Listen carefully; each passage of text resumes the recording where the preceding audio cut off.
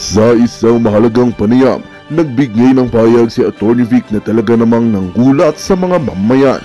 Binatikot nito ang senadora na si Risa Hontiveros matapos dumalo ng attorney sa isang rally sa Cebu na pinangunahan ni dating Pangulong Rodrigo Duterte. Ibinunyag ni attorney ang ilang kabulasugan na ginagawa umano ng senadora, pati na rin ang kanyang mga posibleng pagkakasangkot sa mga katiwalian sa ilang ahensya ng pamahalaan. Sa pamamagitan ng naturang panayam, nagdulot ito ng malaking pagtataka at reaksyon mula sa publiko. Marami ay magbubunsod ito ng masusing imbestigasyon sa mga aligasyon laban sa Senadora Hontiveros. Nagkakabahala ang mga pahayag na ito lalo na't nagbumula ito sa isang kilalang personalidad tulad ni Atty. Vic na tila may sapat na ebidensya sa kanyang mga sinasabi. Well, ito nga ang balitang ating pagkakatutukan. Ngunit bago ang lahat, siguraduhin mag-subscribe at i-hit ang notification bell para sa patuloy na pagtutok sa mga sulyap ng bagong balita sa tunay na boses ng masa.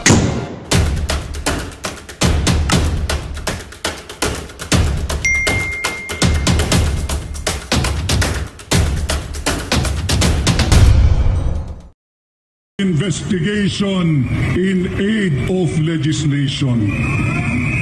Ito ay palagian inaabuso ang legislative prerogative na ito na mag-issue ng subpoena, mag-issue ng warrant of arrest ay palagian na lamang ginagamit at inaabuso. Investigation in aid of legislation. What is there to legislate?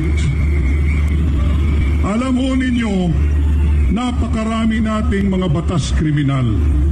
Makikita yan sa ating revised penal code at sa mga special laws.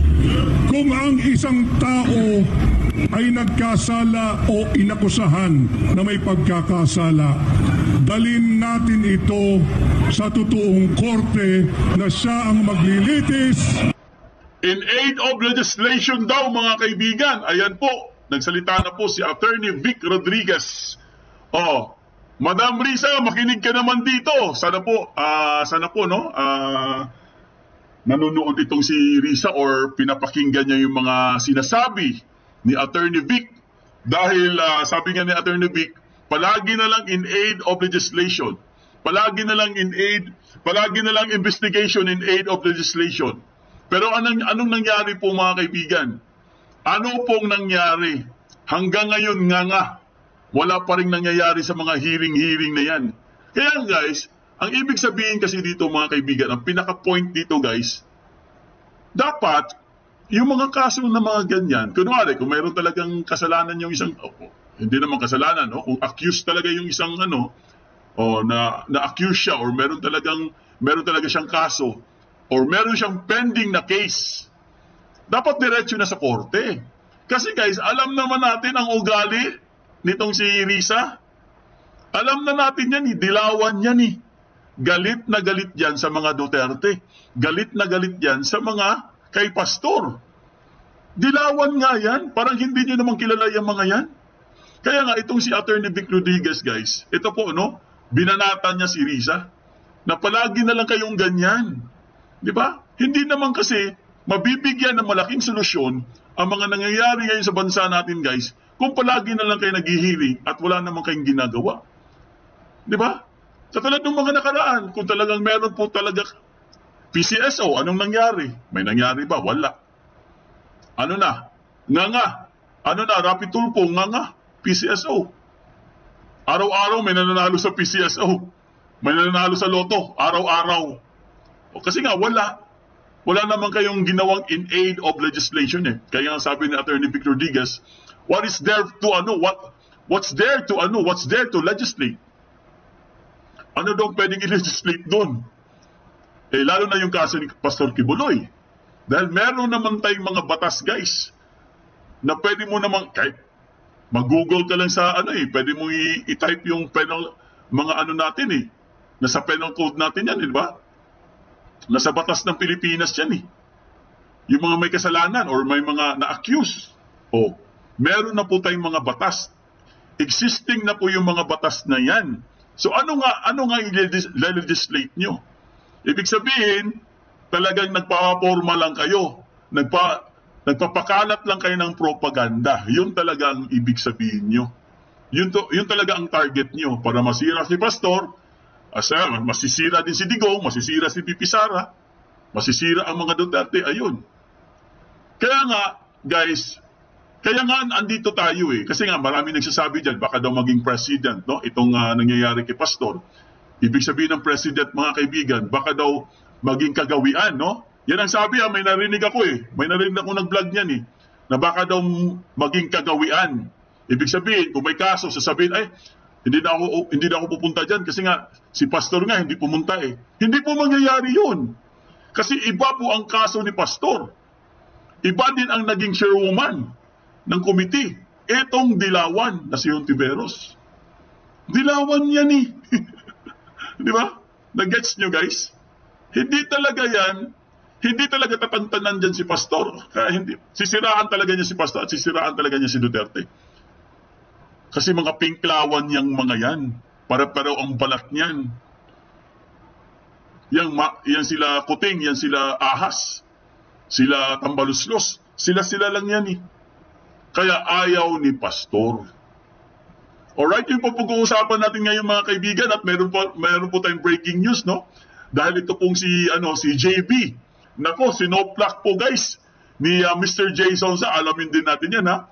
Ang tanong kasi dito guys, anak ka ba talaga ni Erap? Mamaya po, maganda to guys. Magandang issue to. Senator Bato, nagbigay na rin ng suporta kay Pastor, no? Pasalamat po tayo kay Senator Bato, at least nagbigay na po siya ng suporta kahit hindi po siya miyembro ng committee, no? At Kingdom, nasa mabuting kamay po ni FPRD. Alamin din natin yan kay Attorney Dina Tolentino Puentes, no? Isa sa mga legal counsel ng KOJC. Bago po lahat yan guys, no?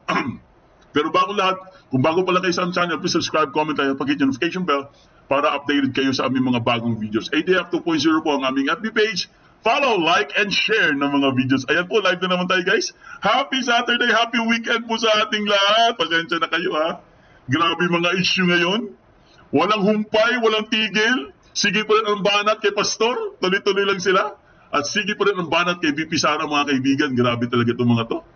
Sa totoo lang guys ito i-share ko lang sa inyo. Yung mga yan, yung mga bumabanat na mga yan, yung mga dating Duterte din yan eh. Sila, dati talagang ina-idolize nila si VP Sara, ina-idolize nila si Tatay Digong. Ngayon kung ano nang pinagsasabi nila, di ba? Pati kay Tatay Digong, tinatawag na nila ng Mang Kanor, mga kaibigan.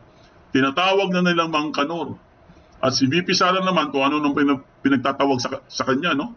Kawawa naman si VP Sara, nagtatrabaho lang, dinadamay nila.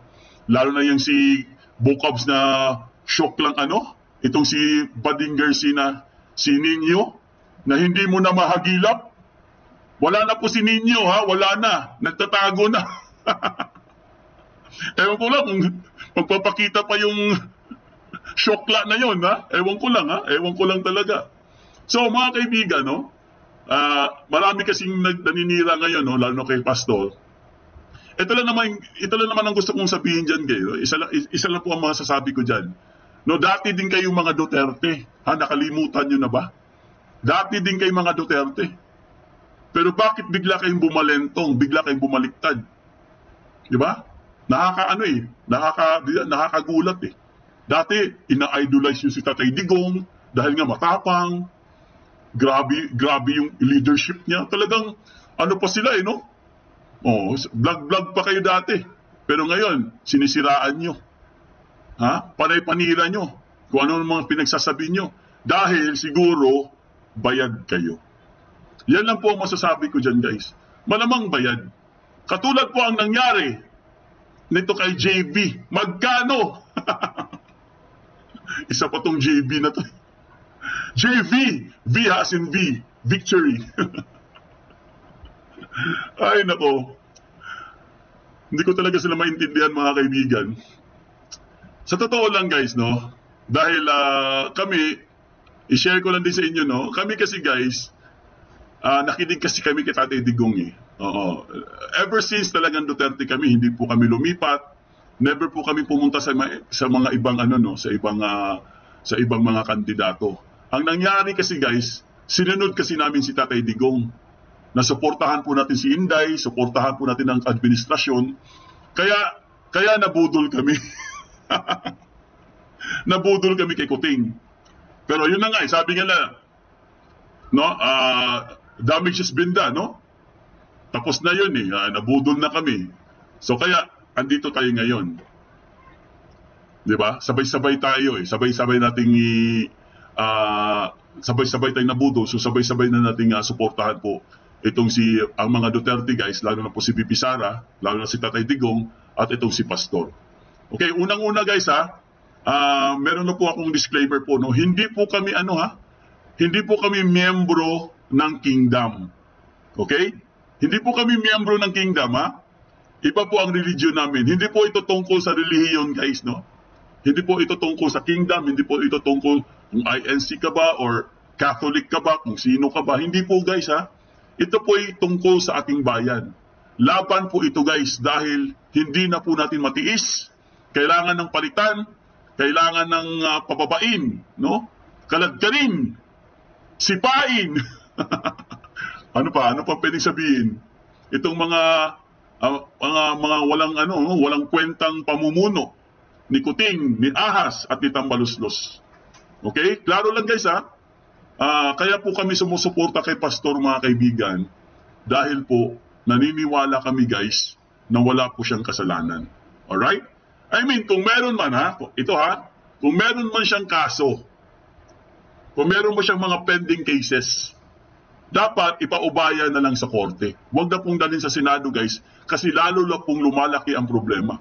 Katulad po nangyari sa Congress, kay Ka-Eric tsaka kay Badoy. Buti nga kay Ka-Eric tsaka kay Loren Badoy, binawi nila yung binawi nila yung contempt So sana, gagawin din ng Senado yan. Bawiin din nila ang contempt para patas po, di ba?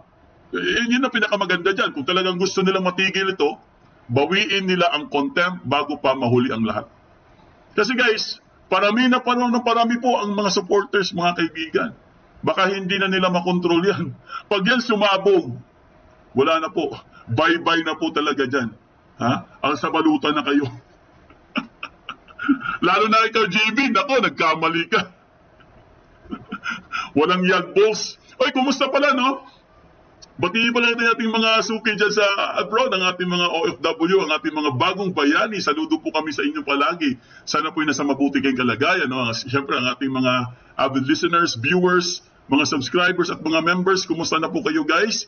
Sana po nasa mabuti kayong kalagayan. Happy weekend po sa ating lahat. Siyempre, ang dami na po lang nag-antay sa atin. No? Pasensya na kayo Dahil weekend ngayon, andito po si Susan Aviles. Hello, Susan Aviles. Ayan. Mega love shoutout. Ayan, quick shoutout lang tayo guys Si Nida Tuyao. Ayan, si Virgilio Carisma. Si Amira. Hello, Amira. Linda Morales. Arnold Lanorias. Ayan, si Biota Galvan. Si Nida. Si Jaime Hidalgo. Elena Calapis, ayan, hello Elena Calapis, personal ambition, yes, of a certain politicians which is in the first place useless and only have grandstanding ability. Really, salot ng lipunan at twisting constitutional legacy. Ayan po, si Vito Quirol, andito din, si Meg Pinay, si Marley Enero, si Catalina Fox 206, Raimundo Manlukot, Arnold Lanorias. Ayan. Mamaya po guys, babasahin po natin yung mga comments. Si Pinky, hello Pinky. Andito pala si Pinky. Mamaya guys, babasahin po natin yung mga comments at mga tanong nyo. Kaya kailangan nyo magtanong para tuloy-tuloy po yung discussions natin. Okay? Si Amalia TikToker, andito. Si Jeronimo Bonina, Alfonso Rado Jr., Eva Forton, si Lynn Cordinera. Ayan, Norma Jalava, Lea De, si Mars Cairil. Ayan po, Nympha Nerza, si Lailani Garcia, ayan, dami pala Jan Garcia, waiting, Yamada Cherry, hello, ayan. Okay mamaya guys, promise po babasahin po natin yung mga comments nyo at mga tanong nyo. Kaya kailangan nyo magtanong sa bandang dulo para tuloy-tuloy yung mga discussions natin. Okay, unahin na kaagad natin to guys. Itong post po ni Mr. Jason sa kanyang Facebook page. Ito po. Ayan na, ito na. Ito na yung sinasabi natin mga kaibigan. Manuel Flores, mega love shoutout. Catalina Fox 206. Okay, ang sabi po ni Mr. Jason sa kanyang Facebook page mga kaibigan, anak ka ba? Anak nga ba talaga ni Erap si JB Ejercito?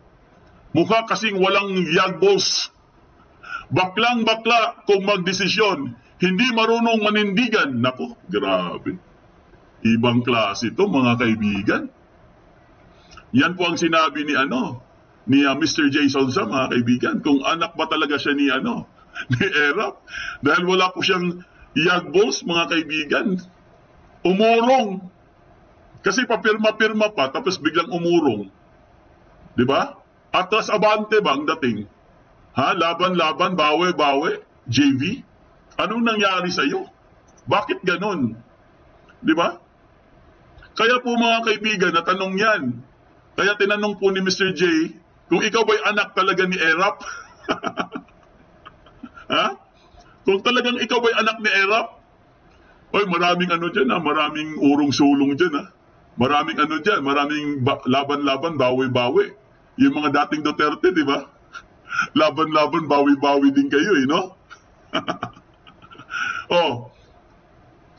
Kayo nang bahalang umusga dyan, mga kaibigan. Ang sinabi po ni Mr. Jason Sa.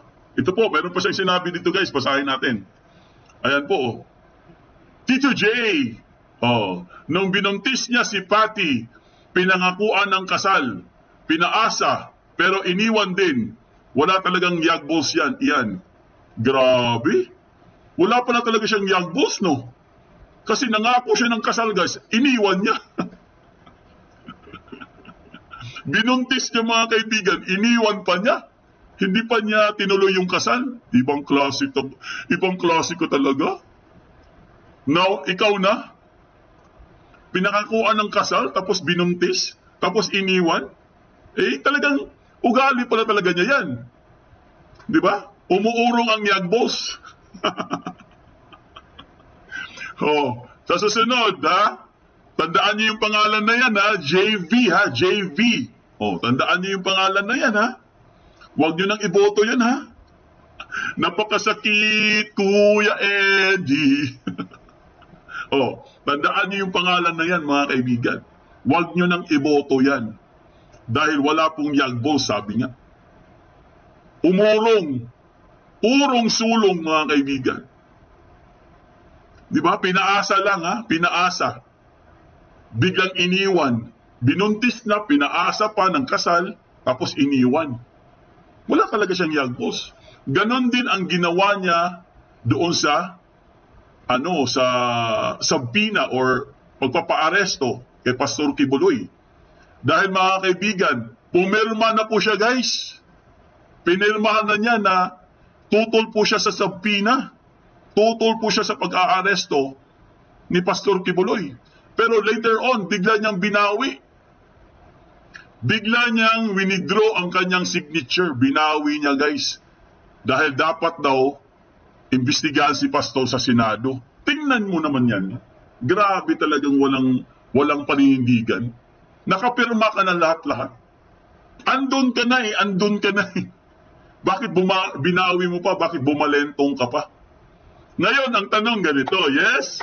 Ito na ang tanong dyan, Ito na ang tanong dyan. Magkano? Diba? Baka hindi pa siguro nagkasundo sa presyo. Diba? Hindi siguro nagkasundo sa presyo, kaya pumirma. Yan ang tingin ko dyan. Marami po nagsasabi niyan. Kaya pala pumirma dahil hindi pa nagkasundo sa presyo. Siguro nung sinabi, masyado mababa yan, pipirma na nga ako. Siguro ayaw siya bigyan yung sarili niyang presyo, kaya pumirma siya, guys. Pero nung binigyan na siya ng tamang price, sabi nga, when the price is right, when the price is right, ayan na, biglang bawi po. Biglang bumaliktad itong si JV. JV. Biglang bumaliktad kasi the price is right na.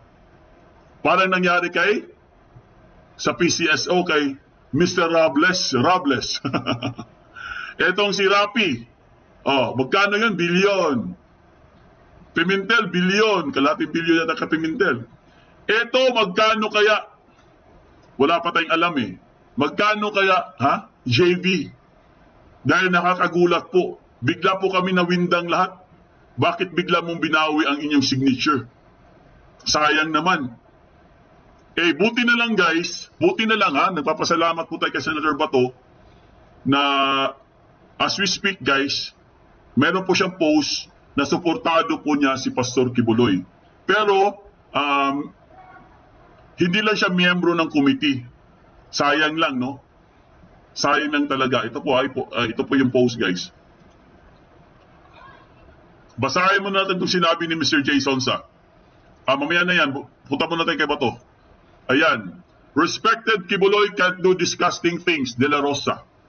Ayan po, suportado po ni Senator Bato, mga kaibigan, si Pastor. Hindi daw magagawa ni Kibuloy yan. Dahil respetado po siya guys. Respected po itong si Pastor Kibuloy. Kaya hindi niya magagawa yan. Yan po ang pahayag ni Senator Bato de la Rosa. Buti pa si Bato. Kahit hindi siya miyembro ng committee, suportado niya si Pastor. Ikaw, JB, miyembro ka ng committee. Hindi ka man lang nagpakita ng katapangan. Sana pinandigan mo na dahil lalaki ka nga eh. Lalaki ka ba or syokla? Siyempre, pumirma ka na eh. Pangit naman yung urong sulong. Sana hindi ka pa pumirma. Pwedeng gawin yon, di ba? Kunwari, hindi pa siya nakapirma, pwede pa siyang umatras. Ang problema mga kaibigan, pumirma na siya eh. Pinirmahan na niya ang papel. Di ba? Mga patay gutom. Hoy mga trolls, mga patay gutom kayo Aga-aga pa pumapasok na kagad kayo dito. Pwede pa mamaya na lang. Bugok talaga no? Pumirma ka na eh. Sana hindi ka muna pumirma. Maintindihan pa sana namin. Di ba? Atras Abante. Ay, ganun daw eh. Atras Abante daw ang bagong sa kanya ngayon eh. Atras Abante. Ang sabi dito, di Bato de la Rosa, basahin natin guys Ang sabi po ni Senator Bato, nobody's perfect. Tao tayo. Pwede tayo magkamali. Andyan na yan. Lahat ng posibilidad habang tayo tao. Hindi daw tayo perfect, sabi ni Bato. Nobody's perfect.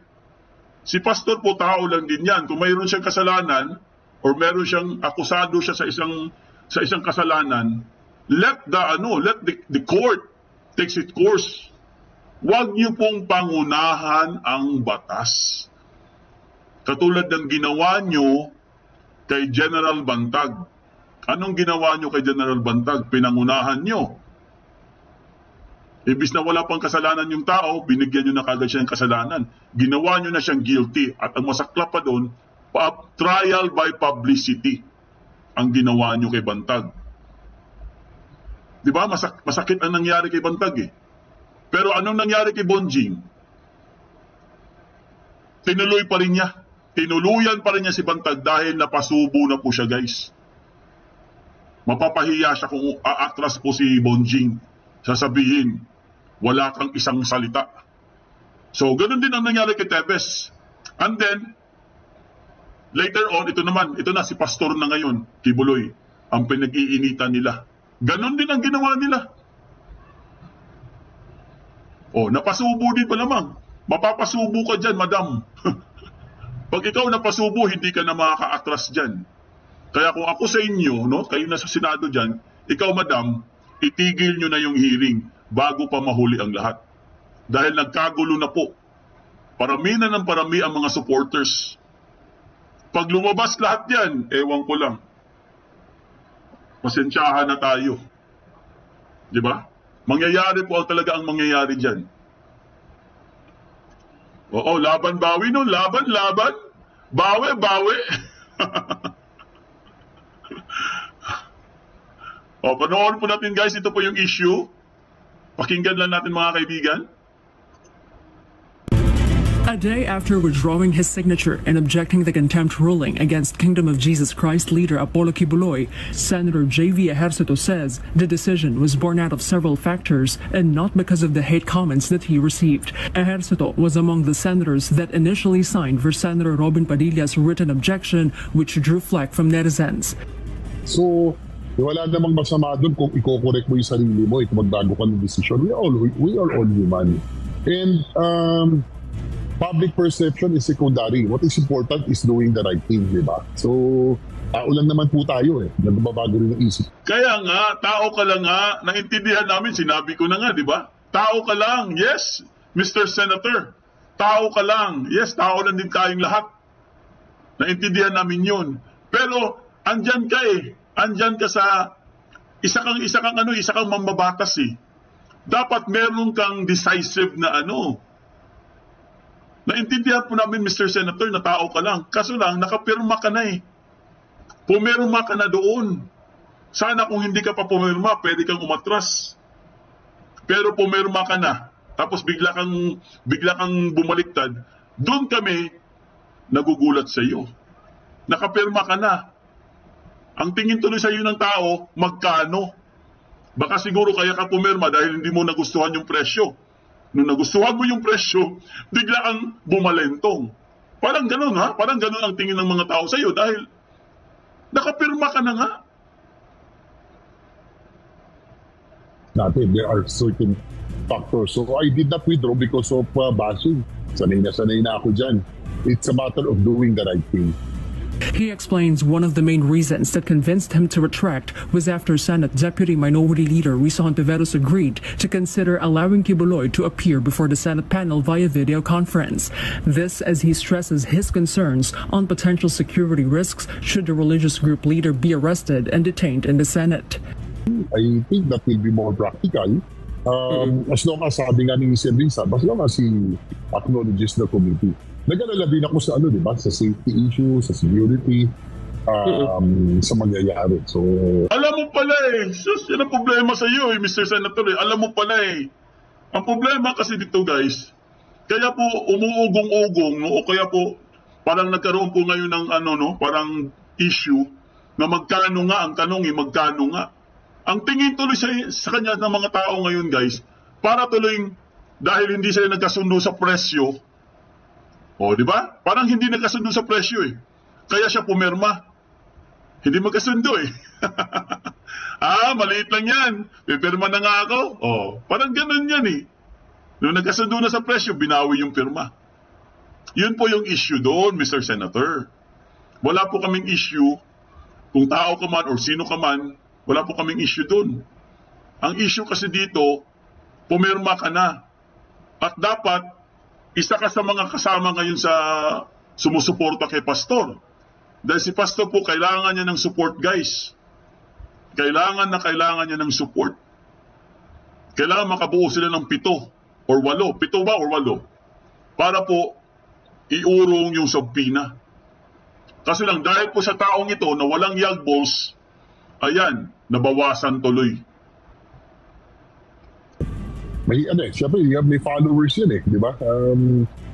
Mahirap kasi pag religion, may mga fanatics dyan. Di ba, nakita nyo naman siguro outside the Senate, sa liwasan, mga nagrarally yung supporters niya. So, pag ganung may crowd kasi, anything can happen. Pag may nagkagsawan o Alam mo pala na may mga fanatics. Alam mo pala na may mga followers. Siyempre, congregation yan Institusyon yan Si Pastor po guys, institusyon na yan. Ang kingdom po, considered na yan as one of the institutions. Napakalaki pong congregation yan. At dito na nga po nagtatapos ang ating video.